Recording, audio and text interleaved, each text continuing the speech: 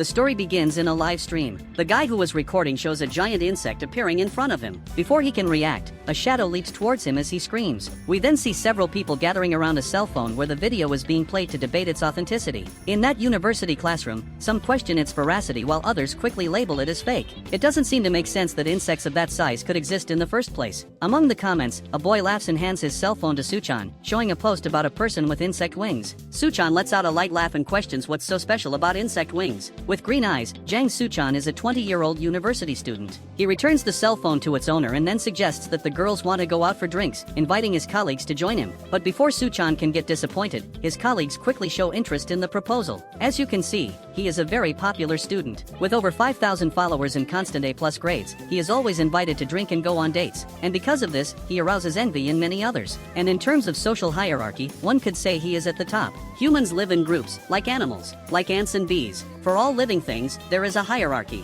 And Suchan knows that what defines being strong or weak in college is having an understanding of who is the person everyone follows and envies. So yes, despite his fragile appearance, he is a strong student. And that's something he wouldn't easily give up. One of his friends interrupts his train of thought by asking if he would mind if they drank with the other girls present. Suchan tries to understand until the friend points behind him. Suchan's gaze fixes on two female figures waving enthusiastically in his direction. One of them, with pink hair, is called Mihi. Curious, she approaches and asks Suchan where he planned to go. The other guys show various expressions on their faces. Amid jokes about the emergence of a new couple in the department, Mihi seems confused. Suchan's friends waste no time in inviting her to join them for drinks. And she seems interested. She promptly responds that yes, she wants to go. The guys laugh, commenting on Mihi's reputation for drinking in the department. However, unlike the others, Suchan feels tense in Mihi's presence and casts an apprehensive glance behind him. Something inside him stirs and, impulsively, the young university student pushes Mihi's hand away, causing her to let out a yelp. Everyone seems surprised by the introvert's exaggerated reaction,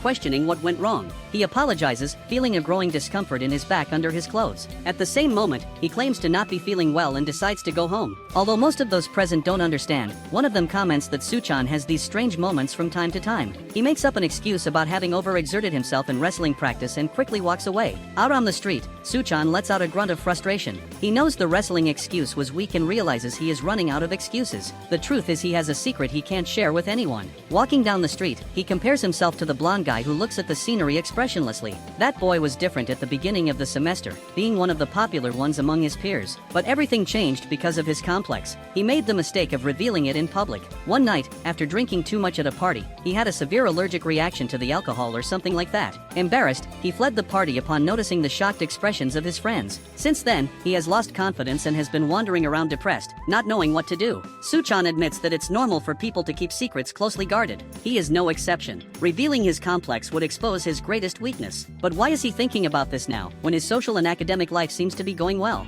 He removes the layers of clothing in his bathroom, revealing bandages that begin to unravel. Looking at himself in the mirror, he sighs as he sees insect wings attached to his back. He has a complex. The harsh words about insect wings he said earlier reflect his own disdain for what he possesses. He cannot see these things, these disgusting wings that ruin his life, as something positive. He remembers when, in high school, he sprayed pesticide on a dragonfly and watched it disintegrate into dust. Accidentally, he inhaled that dust, which made him sick for a while. And the next day, he was shocked to see wings sprouting from his back. Huddled under the covers, he wondered if people would start treating him like a monster. Sleepless nights became common, haunted by this persistent fear. He struggled to hide his wings in every possible way. For a long time, Suchan chose to keep his distance from people, refusing invitations to karaoke and other events with friends, all to avoid being discovered. Despite the loneliness, this isolated life made things easier for him. His peculiarities went unnoticed, and he could focus on his university studies. However, he admitted that one thing was particularly difficult. The constant loneliness was so suffocating and depressing that he sometimes wished he had never been born. So, shortly before entering college, he decided to change, starting to take care of his appearance and maintain a friendly demeanor.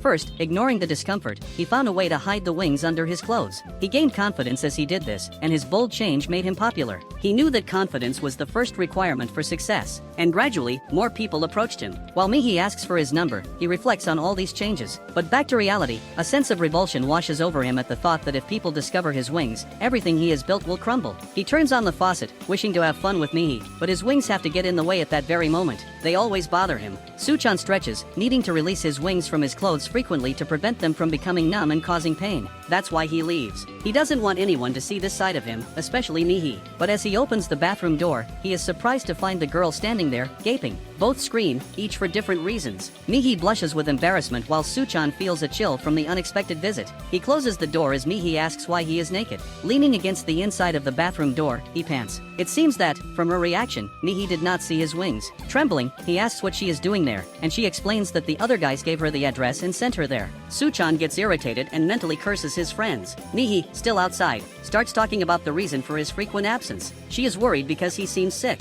She suggests that he is hiding something, making Suchan uncomfortable. Inside the bathroom, he responds darkly that he doesn't think he is hiding anything. Leaving the bag of drinks aside, Mihi finds the courage to invite Suchan to leave with her. He seems confused. Mihi doesn't give him time to ponder, insisting that he go to the movies with her and stating that she will wait until he agrees. He tries to argue that he is in pain, but she interrupts him, saying she knows he is lying. Crossing her arms, she reveals that she notices he always worries alone and pretends to be sick. Head down, Mihi questions Suchan about his silence, expressing sadness at his absence. She recalls the moment when he protected her from a guy who was persistently bothering her at the beginning of the semester, and that's why she wants to be involved in his problems too. Mentally, he thanks her, takes a deep breath, and then leaves the bathroom already dressed, inviting her to watch the movie. However, he still fears revealing to her the true root of his problem. Even so, he goes out with her, happy. Nevertheless, he doesn't realize that he is being watched by a hooded figure. His pursuer murmurs in a dark and deep voice that he has found his prey. Shortly before the movie starts, Mihi is approached by two supposed university students conducting a survey. Suchan sighs as she answers the questions of the woman leading the survey. She turns around, showing off a lollipop, making his cheeks flush. While watching the movie, something comes to his mind. If he dated Mihi, he would eventually have to tell her. He watches her silently as she heads to the bathroom, thinking about how he would handle it. Suchan doesn't have the courage to confess his true identity to anyone. With a sad smile, he decides it's better to continue as he is. Suddenly, the movie stops and the power goes out, leaving everyone confused. Suchan looks around, ignoring the discussions, searching for Mihi. Everyone is shocked when an employee rushes in, instructing everyone to evacuate the building due to a dangerous man. He shouts, making it clear that this is not a drill. But he is interrupted when he is pierced in the stomach by a long claw. He cries for help, but the people can only stare.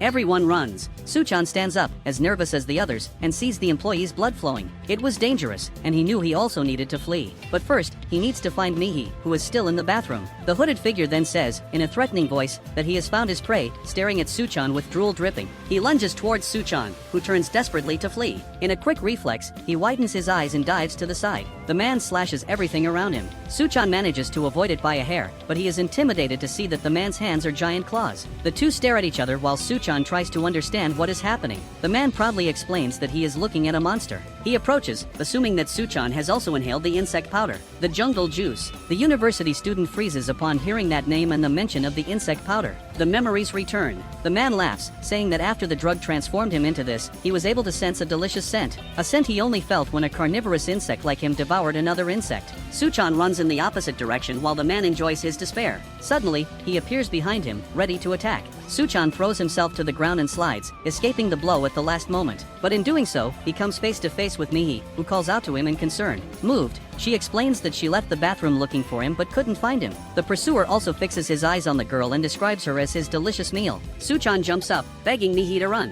However, it's too late, as the creature is already in front of her. A commotion breaks out in front of the building when a security guard prevents two young people from entering. The young woman in a cap, previously in charge of the survey that Mihi responded to, decides to enter since the police refuse to intervene. Everyone looks up when someone screams. A pink-haired figure is plummeting towards the asphalt. The clawed man bids her farewell, calling her tasteless prey. Suchan runs to the edge of the window. Mihi is going to die, and he ponders whether to use his wings to save her, even though he has never flown before. But would he risk revealing his secret in front of so many people? Conflicted, he apologizes mentally. However, seeing the girl start to cry, he leaps from the building without hesitation. People react in various ways. Suchan falls agilely, reaching out to Mihi. He grabs her in midair, biting his lips as he envelopes her in an embrace. The clawed man laughs at the boy's foolish decision, knowing that even hybrid insects would die from that height. He is condemning himself along with the girl. Suchan looks down, anxious, knowing that thousands of people will see his secret, destroying his life as it has been. But he doesn't care, as long as Mihi doesn't hate him. He grits his teeth as his wings tear through his clothes, revealing themselves to the world. This is his choice, in the end. This is the answer he found. Using his wings, he tries to slow the fall with Mihi in his arms. The clawed man becomes furious upon seeing what happened. Suchan wanted to hide from everyone, no matter who. But in that moment, he revealed his greatest secret and weakness to save Mihi. This is the story in the concrete jungle, the story of a young oppressed university student in desperate search of survival. The woman in the cap suggests that flying in the city is something unexpected and grand. A voice in her ear questions how to deal with Suchan, even suggesting eliminating him. However, she smiles as she removes the cap, deciding to take him to her school. The citizens in the crowd begin to discuss what they have just witnessed. The clawed man becomes even more furious upon realizing that Suchan had been hiding his wings all along. The university student hovers in the air, surprised by his ability to fly. It was the first time he managed to do so. He flies away with the still unconscious Mihi, while the clawed man yells at him to come back. His eyes light up as he realizes that the only insect capable of providing such abilities would be a dragonfly. Only jungle juice could transmit such DNA. He licks his lips, his desire to crush his prey increasing, but he is caught off guard from behind when the girl in the cap silently attacks him. Seeing him unconscious, she appears relieved to have successfully captured her target. Besides the filmed videos, there were also the murders in the city. After all, beings like them could not be discovered for anything. A month has passed since the incident. The group of colleagues who used to talk to Suchan daily is conversing. On his phone, one of them watches the video of the cinema incident that went viral, where a man with dragonfly wings appeared. They all look to the corner of the room, concluding that, no matter how many times they watch it, the person in the video looks identical to Suchan. The footage from that day is all over the internet now, and rumors are spreading rapidly, making Suchan hide under thick clothes and a hood. He is not sure if this is a blessing or a curse, but several news articles have been written about the events. Suchan has a bitter expression on his face as he recalls that time. 12 years ago, dozens of children are gathered around a cake singing happy birthday. Their teacher watches them with a slightly excited smile, but one child stands alone, silently. It's Suchan, with his arms crossed behind his back and an unreadable expression. The teacher briefly interrupts the celebration and asks the children to sing happy birthday to Suchan as well, but they express no remorse in saying that he is boring. He hadn't even brought any gifts for the other children, and one of the girls says it's because his parents are poor. Suchan has a twisted expression on his face upon hearing his parents being mentioned in such a manner. In the background, he remains silent and reluctant while everyone else talks and eats excitedly. All he wanted was to spend more time with the other children. If he were normal like the others, he might have hope of being happy, but he had always been different from them. Lost in morbid thoughts, someone approaches from behind and tries to lift his clothes. Suchan stiffens and freezes in place. In an instant, he lashes out with a slap, causing the person to stop and recoil helplessly. It's one of the boys who used to talk to him, apologizing because the others sent him to check if Suchan had wings. Suchan glares at him, returning indignantly to the rest of the group who cast judgmental glances. He pulls his hood even tighter, knowing he's being treated like nothing more than an animal in a zoo. In the end, the popular guy who had everyone around him was no more. Suchan walks out of the college while everyone else keeps their distance. Sitting on the bus, he checks his social media to see what has happened. Most people have unfollowed him, as rumors spread that the government was interrogating those involved in the video. But it didn't matter if others were leaving, as long as Mihi stayed. He smiled, hopeful, because he had heard that the girl had recovered and would be discharged today. That was something good. All he needed was her company. Bedridden, Mihi screams at the top of her lungs, begging him not to come near. Suchan gives a strange smile. He then tries to approach her, wanting to understand what happened, but the medical staff doesn't allow it. The hope vanishes from his eyes. That was the kind and caring Mihi, so why was she treating him that way? With a weak voice, she declares that from now on, Suchan should no longer see her. Being called a monster, Suchan plunges back into his depressed state, and, upon checking his phone, he realized that Mihi had unfollowed him. At home, he scratches his back and concludes that it's all because of those damned wings. Looking at himself in the mirror, holding a pair of scissors, he is about to cut his wings, determined to sacrifice his uniqueness in search of a normal life. Biting on a cloth, he tries to gather the courage to close the scissors but ends up backing off. The scissors slip from his hands, his knees weaken, and solitary tears well up in his eyes. Despite everything, Suchan admits that he is still afraid of the pain of such an act and berates himself for his apparent weakness. Another month has passed. Suchan seems as downcast as before as he walks the streets and catches fragments of conversations around him. Humans live in society, and among all animals that have a social life, there will always be an outcast. He knows that these exiles have the same sad end.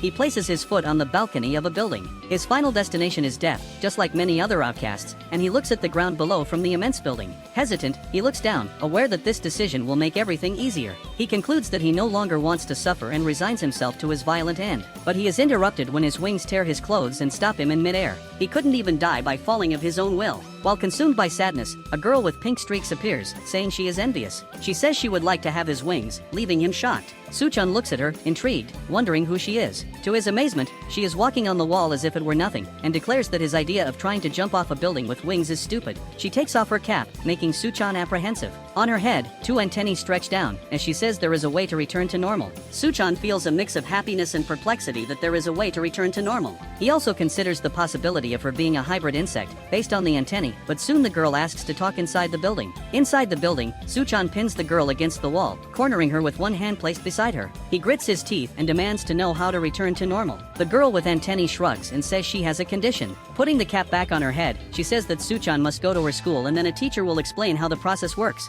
Suchan is taken aback by this strange reality. He wonders if she is talking about a university. The girl quickly addresses some of his doubts, saying that there is a school bus waiting for them on the first floor, and she starts descending the stairs. Suchan looks at her seriously and asks how he can trust her, bringing up the case of the praying mantis hybrid. She looks deeply into his eyes and says he can either go back to the top of the building or decide to trust her and go to the school. This way, he will no longer be alone. Suchan grips the stair railing, still not fully trusting the girl, but having no other place to go. Inside the bus, the girl asks Suchan if he knows about that insect spray. She deduces from his reaction that he knows very well what she's talking about. That is a specimen of jungle juice, and it's also the substance responsible for merging human DNA with insect DNA. She explains that the spray had become popular and started selling because of its fame for killing any insect with just one squirt. But the problem was that if you killed an insect with it, the DNA of that insect would merge with the nearest human. Just like it happened with Suchan and the man with the mantis claws, some part of the person's body will become similar to that of the insect. Suchan clenches his fists, questioning who was the bastard that created that spray, but the girl quickly says that no one knows. It's all a mystery,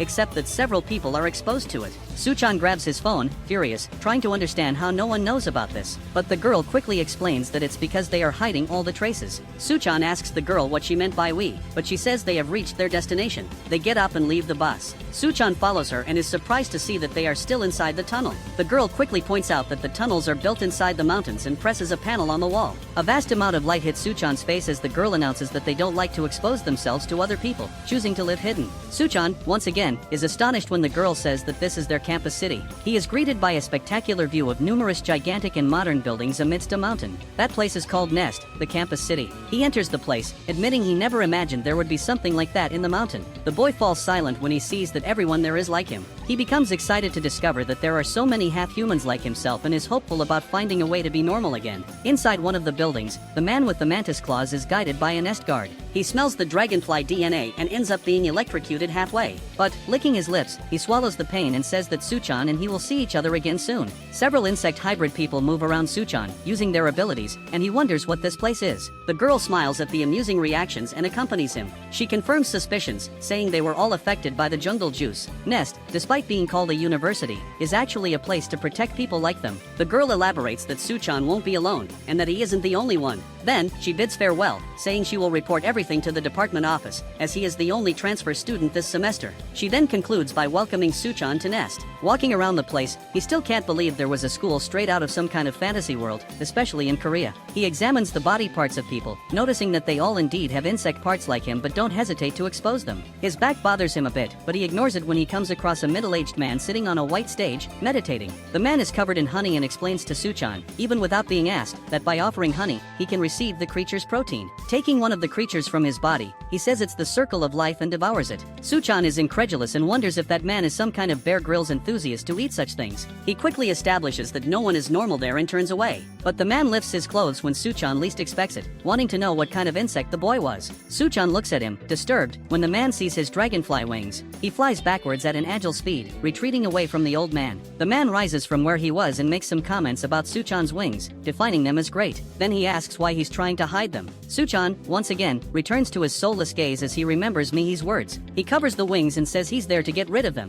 and the man remains silent. However, he soon calls him a fool, in a hushed tone. Already in a blue building, Suchan is introduced to the head professor of the Insect Benefit Department at Nest, Mado Hyun. The professor thanks the girl for bringing Suchan to Nest. Suchan gets nervous noticing that this is the person who knows how to reverse the transformations in his DNA. Mado Hyun is not verbose and says he will get straight to the point, grabbing a remote and starting to explain to the young man. Suchan is impressed by how quickly things have progressed, but he starts paying attention to the video being played on the screen. A voice calls the graduate student as the top of the class, inviting her to step onto the stage and receive the Cinderella Serum. Suchan tries to understand what this Cinderella Serum is. On the screen, a person with a disgusting fly head delights in a drink. As soon as it finishes, the glass falls from their hands, and Suchan is startled by what he sees. Starting from their hands, through all the other transformations, the thing with the fly head turns into a beautiful girl. Suchan points to the screen and asks what she had just taken. The professor replies that it's something developed accidentally in the research department. Using the principles behind how jungle juice works, they simply separated the insect DNA from the human body.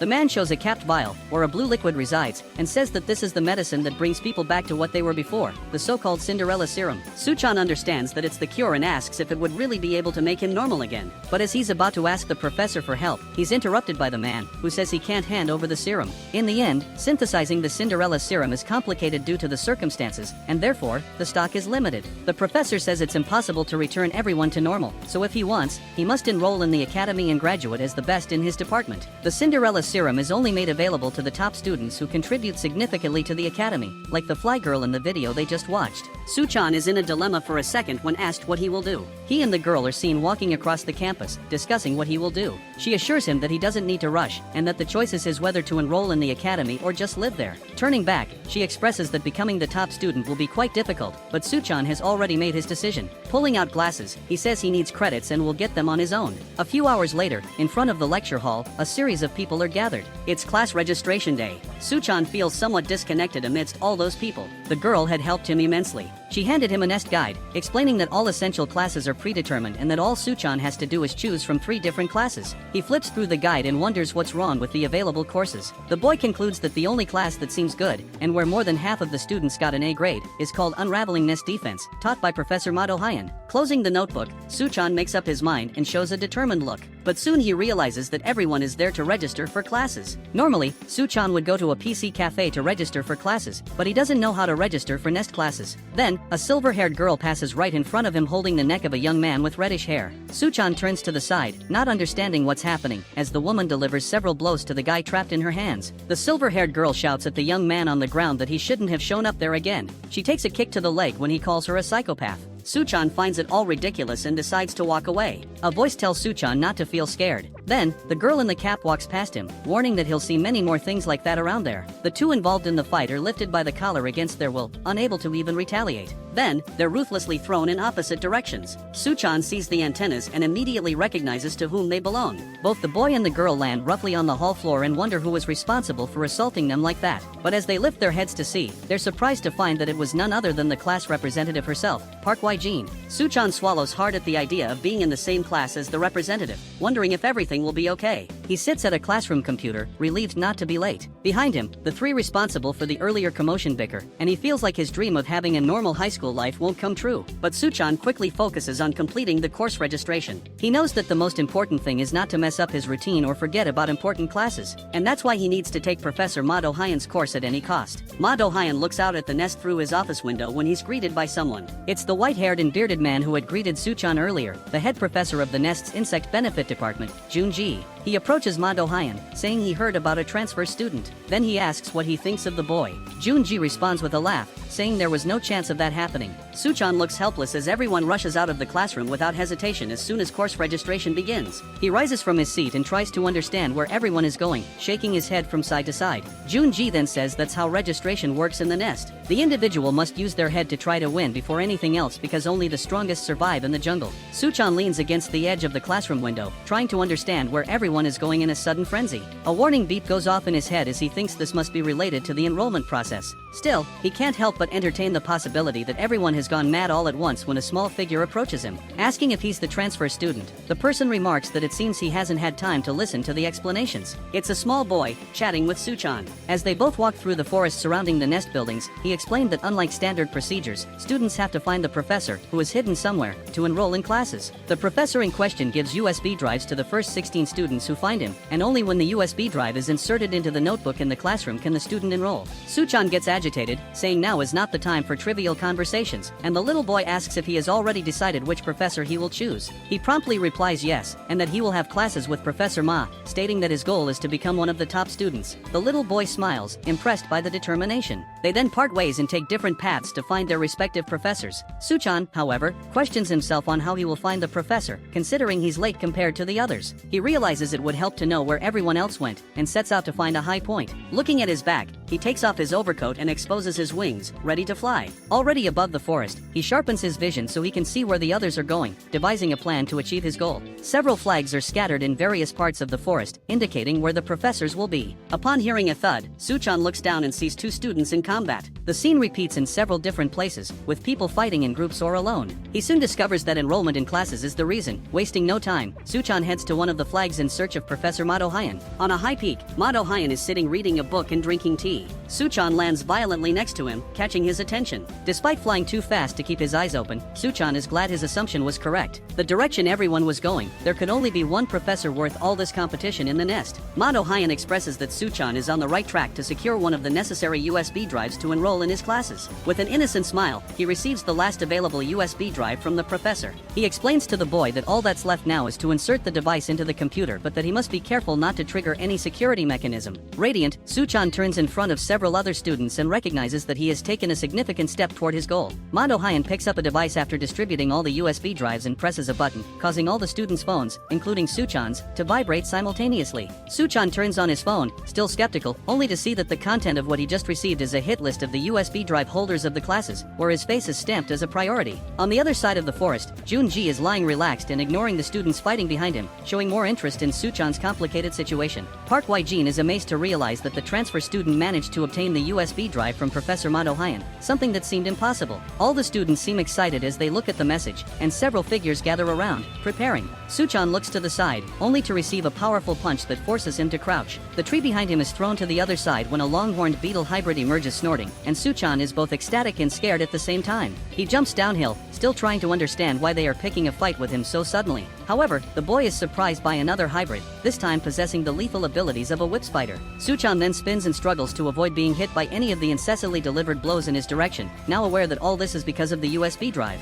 He accelerates, desperately trying to distance himself, wondering why such a crazy enrollment process exists, while people run after him in droves. A familiar voice suddenly greets him, calling him to go to a nearby tree. Suchan sees that it's the boy who explained the enrollment process to him and decides to listen to him, changing direction, causing everyone else to disperse, going in the wrong directions. He breathes heavily inside the tree, thankful, relieved to have found such a nice person like the boy, who seems to be his only hope at the moment. The boy scratches his head, with an enigmatic smile, and asks how he can be so kind, stating that it's foolishness as he pricks Suchan's forehead with his fingers, leaving him confused and a little frustrated. Suchan loses all strength in his knees, feeling his body not responding to his commands, as if he's trapped in his own body. The boy takes advantage of the situation and steals Suchan's precious USB drive, explaining with a smile that the honeybee venom will prevent any movement for a considerable amount of time. Suchan remains silent, and the boy smiles psychotically, commenting that acting like a nice guy really paid off at that moment. He finds Suchan's situation hilarious, expressing that everyone there is a competitor and that the young man is a fool. After all, the only purpose of that enrollment process is to make the students fight each other. The boy then mocks Suchan's immobility and assures that he'll take good care of the USB drive before leaving the tree. Suchan finally regains movement in his body, reaching for his head and removing the stinger left by the traitor. He realizes that this way, he won't be able to reach the top of the department and obtain the Cinderella Serum, and rushes out, but determined. The boy just flies away, mocking Suchan and asking him not to waste his energy, as he's slower due to the venom. Suchan reaches out, exhausted, when his eyes glow in an even brighter light green, a new power awakening inside him. He can see every movement of the boy, so he can precisely predict where he's going. After all, the dragonfly, known as the Queen of Hunting, has a success rate of 95%. The secret lies in its eyes, formed by thousands of lenses that can capture any movement within 360 degrees. Using this ability, the dragonfly reads its prey's movements and predicts its path while hunting, a skill that Suchan now understands and begins to master. And at that moment, Suchan mentally visualized for the first time in his entire life that he wanted to hunt. Suchan realized that the dragonfly's eyes never lose sight of its prey and decided to take advantage. The boy is surprised when he approaches unbelievably fast, hitting his chin with a fierce punch, knocking him down instantly. A feminine hand firmly inserts a red USB drive into one of the computers at the nest, completing her enrollment in classes. Park Hye-jin lets out a sigh of relief, expressing satisfaction at having completed everything successfully, while wondering how much time is left until the process closes. The orange-haired boy, involved in the confusion in the hall, watches her and inquires about the fate of the transfer student. He comments on the intense competition for Professor Professor Mado Hyan's USB drive,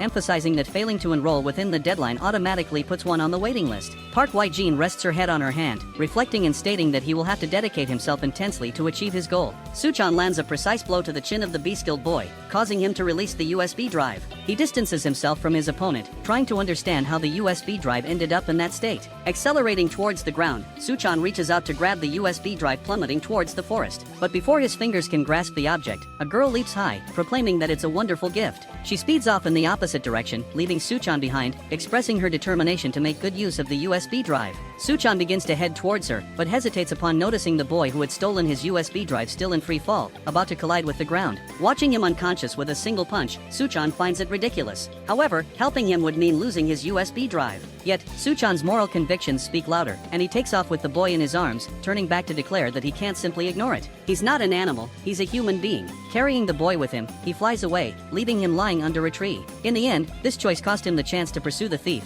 and Suchan recognizes that he needs, at the very least, to obtain another USB drive. However, breathless and debilitated, he collapses, realizing that his body no longer responds as it used to, probably due to the effects of the venom. Certainly, the boy wouldn't die, but Suchan finds it absurd to be reduced to this state because of an enrollment process, and he drags himself along the ground. On the verge of fainting, he tries to keep his focus on his goal but is surprised by the appearance of Junji, who is munching on cookies and calling him pathetic. Suchan stands up, trying to discern how much time has passed. With little effort, he quickly identifies who the man is. However, Junji seems uninterested in conversation and mentions that the enrollment deadline is approaching. A defeated expression takes over Suchan when the man reveals that there are only 5 minutes left and that he should try again next year. Nonetheless, Suchan tries to argue that he was attacked after obtaining a USB drive. Junji lets out a long sigh and questions whether Suchan has a loose screw or is just an idiot. He remains silent when the man asks if he is asking for a special exception in the enrollment process. Turning indignantly, Junji declares that, in the nest, the strongest have a voice and that one must fight to achieve their goal. Moreover, the professors were monitoring everything from the start, intervening in anything that posed a fatal threat. Explaining that jungle juice turns humans into weapons, Junji argues that the nest cannot be a regular school where one only studies from books. However, he offers Suchan the option to give up on the Cinderella Serum and live a peaceful life as a human-insect hybrid in the civilian part of the nest. While Suchan remains silent, Junji tosses the bag of cookies, jokingly telling him not to forget to separate the trash. Left alone in the forest, Suchan reflects that, after all, he did not enroll in any class. If he had let his opponent die, perhaps he would have succeeded in enrolling. Suchan clenches the bag, overwhelmed with anger, acknowledging that he is a complete loser for even considering such a thought after all he has been through. Raising his hand, about to throw the bag on the ground, he recalls the professor's words. He comments on the inconvenience of the old man giving him that task after he had already failed to enroll. However, upon opening the bag to separate the trash, he finds a red USB drive. Suchan looks up, with only 5 minutes remaining until the end of enrollments. In the distance, Professor Mado Hyan greets Junji.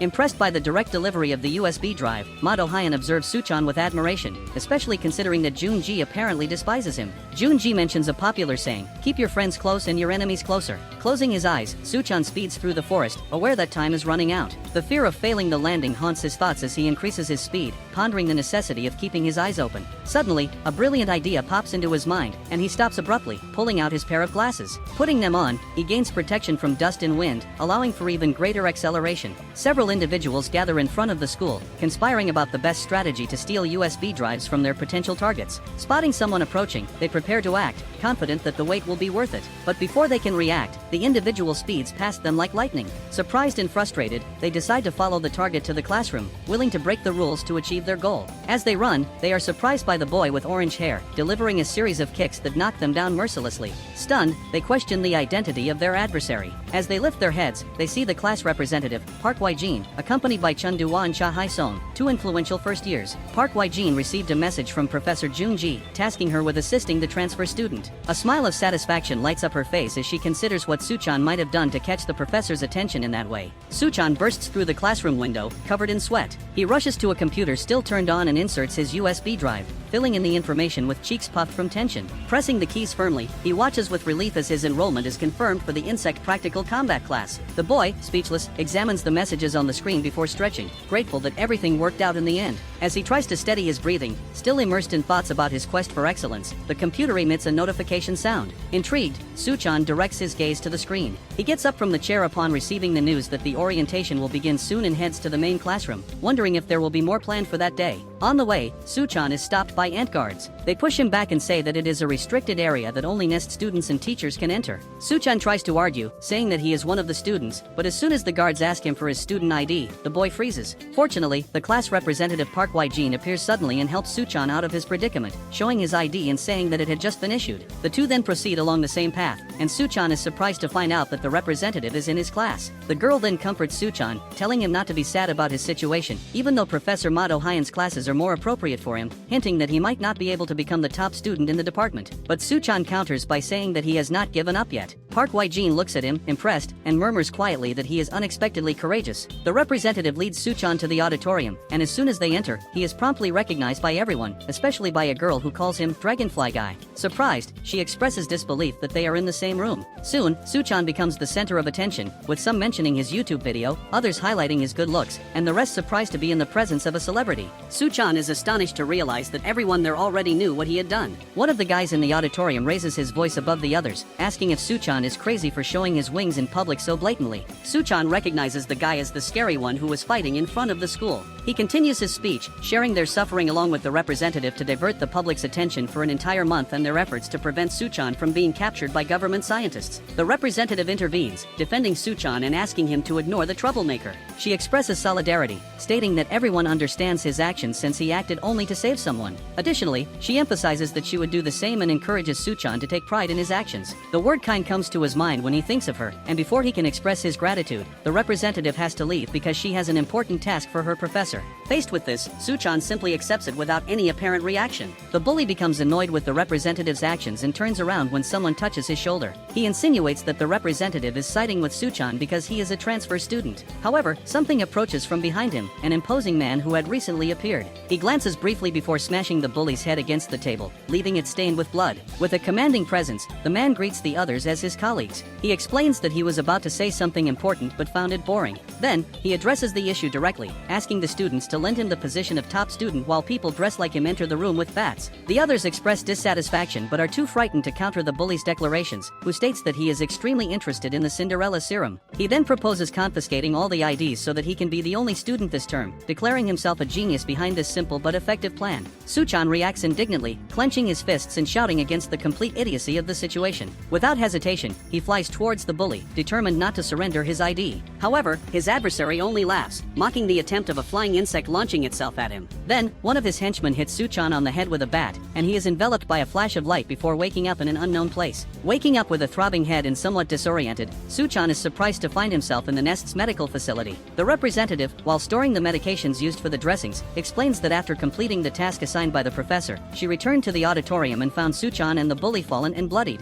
Without hesitation, she brought them immediately to the medical wing. Suchan, realizing that his ID had been stolen, panics, but is soon reassured by the representative. She turns decisively, promising to get new IDs and assuring him that she will return soon. Suchan, once again, expresses his gratitude, admiring her internally. Unfortunately, his mind drifts to Mihi, a painful reminder of someone who also cared deeply for others. The bully abruptly calls out to Suchan, startling him and making him wonder how he is still standing after everything. Suchan quickly explains to the bully about the theft of the student IDs but reassures him by mentioning that the representative is already handling the problem. The bully, however, ridicules his words, calling him naive for trusting Park Ji-ne, suggesting that it would have been simpler to end the competition for the top spot, and questioning if Suchan believes all the IDs will be made in a day. This triggers a sudden realization in Suchan, who recalls the heroic words of the representative during the event in the auditorium. Park Ji-ne advances determinedly through the forest, confronting the bully and his henchmen who hold baseball bats. A furious expression takes over her face as she questions if they have no intention of returning the IDs. The bully raises the IDs like trophies, mocking the girl while she is surrounded by his henchmen. His plan seems to be unfolding as intended, for from the beginning, his intentions were not just to recover the students' IDs. His true objective was to ambush the representative and top student of the first term in practical combat classes, Park Ji-ne. With ease, she throws one of the henchmen forward, while the others advance, insulting her. Using her agility, she jumps over them, spinning to gain momentum and delivering precise blows. The bully clicks his tongue, acknowledging the impossibility of defeating her on solid ground. Provocatively, he announces that he will throw the IDs into the water. Ji-ne runs to intercept them, but is stopped by the bully, who makes her trip. With a wicked smile, he reveals his true form, with long, sharp legs emerging from his back, marking him as a balastomatid, the most feared predator of aquatic insects. Ji-ne is caught off guard by a punch to her back, making her bones creak. Thrown into the water, she surfaces, clutching the bully's legs as he tries to drown her. He mocks her, saying it will be much easier to be the top student without her interference, insinuating that it would be too suspicious to kill her there. Grabbing Gi Junho by the neck, the bully tightens his grip with a macabre smile, suggesting that no one would suspect if she drowned. The other bullies clamor for revenge, demanding that their Hyungnim bring her out and give her a painful death for what she did to them. However, just as he considers torturing her before killing her, something at high speed hits the river and the bully simultaneously, producing a sharp sound. The others try to understand what happened, while Gi Junho emerges from the river, gasping. Everyone turns to see Suchan standing over the gang leader, sternly reprimanding them for being there, stating that nothing justifies their actions and that they are all pieces of trash. The gang questions who that guy is, recognizing him as the flying insect from the auditorium. At that moment, the bully clenches his fists tightly, amused that Suchan is standing after the beating he took. He orders Suchan to die, throwing a punch that seems like a projectile, but the boy dodges. It's like the last time with the little honeybee, as Suchan can anticipate all his movements as if they were a simple pattern, his eyes emitting a ghostly glow. The bully tries to grab him in a straight line, but Suchan evades easily, noting that his opponent's movements are not that fast. Thinking that victory would be easy against that type of opponent, Gi Junho shouts for him to get out of there as quickly as possible. One of the legs tries to hit Suchan's neck from behind, mimicking a pincer attack, but the boy flies backward and goes to Gi Junho. He jokes about the fight, and Gi Junho comments that the bully is in a different class in terms of power, besides highlighting the advantage of the location for him. His insect is of the aquatic type, and everything will be over once they are dragged into the water. At any cost, they have to get out of that river. But, as they consider the idea, the bully mocks them both, saying that the IDs are there, calling them scum. In response, Suchan expresses that they are cowards for being in greater numbers and fighting at an advantage. He is taken aback when Gi Junho tells him to leave, emphasizing that there is no need for him to fight too. She walks forward slowly, knowing that their target is the top student of the first trimester and that they might return the IDs if she is defeated. However, Suchan interrupts her monologue, saying that she shouldn't say those words. Standing beside her, he recalls what she said to him when she brought him to the school and announces that she won't be alone. The bully puts his hand on the shoulder of one of his henchmen and, in a second, takes down two of the opponents with a kick. He shouts that he came to get his ID back. The boy is a hybrid of a field cricket, hunting with his strong legs with spikes. The gang leader knows that the cricket, Chaeun Song, is also annoying and had already planned to take care of him after the class representative. He turns around when a sound whistles past his ear, and Suchan tries to grab the IDs, failing miserably.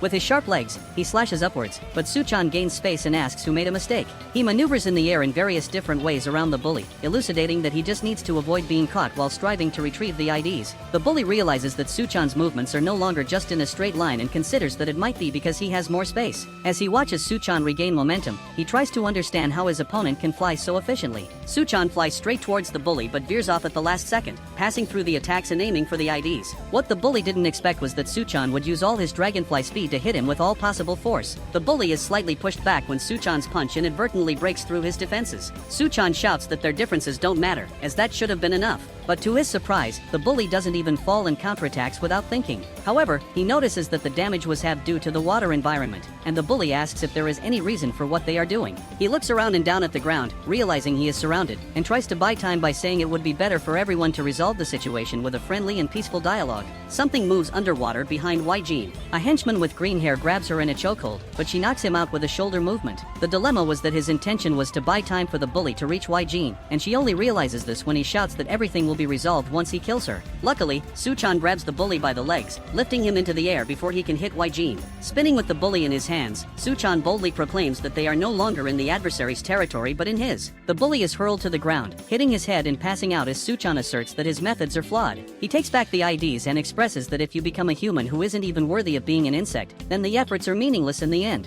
Gi Junho watches him, in the water, with her hand on her chest, admiring Suchan's words and altruism. Something seems to awaken in her towards the boy. When the three return to the auditorium, sadly the initial orientations had already ended. Suchan and the others returned the stolen IDs to their classmates, but they decided to keep it a secret that they were the ones who returned them in the first place. The representative had insisted on keeping it a secret and said that everything happened because of her. She pleaded so much that it would have been difficult for Suchan to refuse. Suchan couldn't participate in the orientations, which disheartened him a bit, and he didn't become a hero for returning the IDs, but the good thing is that he got a new home. His old residence was a bit far from the university. However, now Now that he decided to enroll in the nest, a house on campus didn't sound like a bad idea. He flinches slightly when an arm rests on his shoulder. It's his roommate, the student Chaeun Song, who says he was extremely cool handling the situation earlier. The two start a conversation while Suchan admires the department's shirt, and Chaeun Song asks if he drinks. The idea of just the two of them drinking alone doesn't seem interesting, but a female voice surprises him when the door opens. The representative Yoo Jee-ne enters the room accompanied by the girl with silver hair, bringing drinks and snacks. Suchan blushes slightly but doesn't complain when the representative mentions they were planning a start-of-term party. She approaches with her arms crossed, leaning over Suchan, and invites him to drink with all of them. Perhaps it was because the young university student hadn't drunk for a while, but ever since he joined the strange academy of the nest, or more precisely, since he exposed his wings, he felt like he was having more fun. Somewhere in the forest beyond the nest's facilities, the bully is reprimanded by a voice questioning why he couldn't eliminate the professor's disciples. The person responsible for the reprimand has a feminine figure with defined curves and an insect head. She declares that although he has fulfilled the role of drawing attention, those who fail in their hunt are eliminated. The bully begs for his life, promising to do better next time. He even offers the Cinderella Serum to the woman, but she quickly refuses, stating she doesn't need anything like that. Her eyes glow red as she leaps from the tree branch towards the bully. Blood splatters everywhere, and the bully's corpse lies motionless on the forest floor. The woman lifts the insect head she was wearing, revealing a stunning appearance. She criticizes the bully for being so strong yet still defeated, but emphasizes that their boss will be pleased to have found what they were looking for. The next day, in the auditorium of the Department of Benefits and Insects, everyone gathers again for classes. Suchan is anxious because today is the first class of the main subject, practical insect fighting. He has many questions about what will be taught and is very nervous. The representative touches his hand, teasing him and saying he shouldn't be so shaky. After all, it's just the first class, and it was said that the students would only participate in a basic test. Suchan is further reassured when Yoo Jee-ne exclaims that she will be willing to help him, even if there are many things he doesn't know how to do or handle. The professor then abruptly enters the room, and, asking for everyone's attention, begins to explain that, as discussed, they will all take a simple test. He grabs a stylized chainsaw and turns it on noisily in the classroom, emphasizing that the test results will reflect in the students' grades. Looking at them, Professor Gi Junho raises his chainsaw, warning that they could die and that they should take note of this, causing Suchan to panic internally. If you liked our story, leave a like on the video and subscribe for the next part. See you later, guys.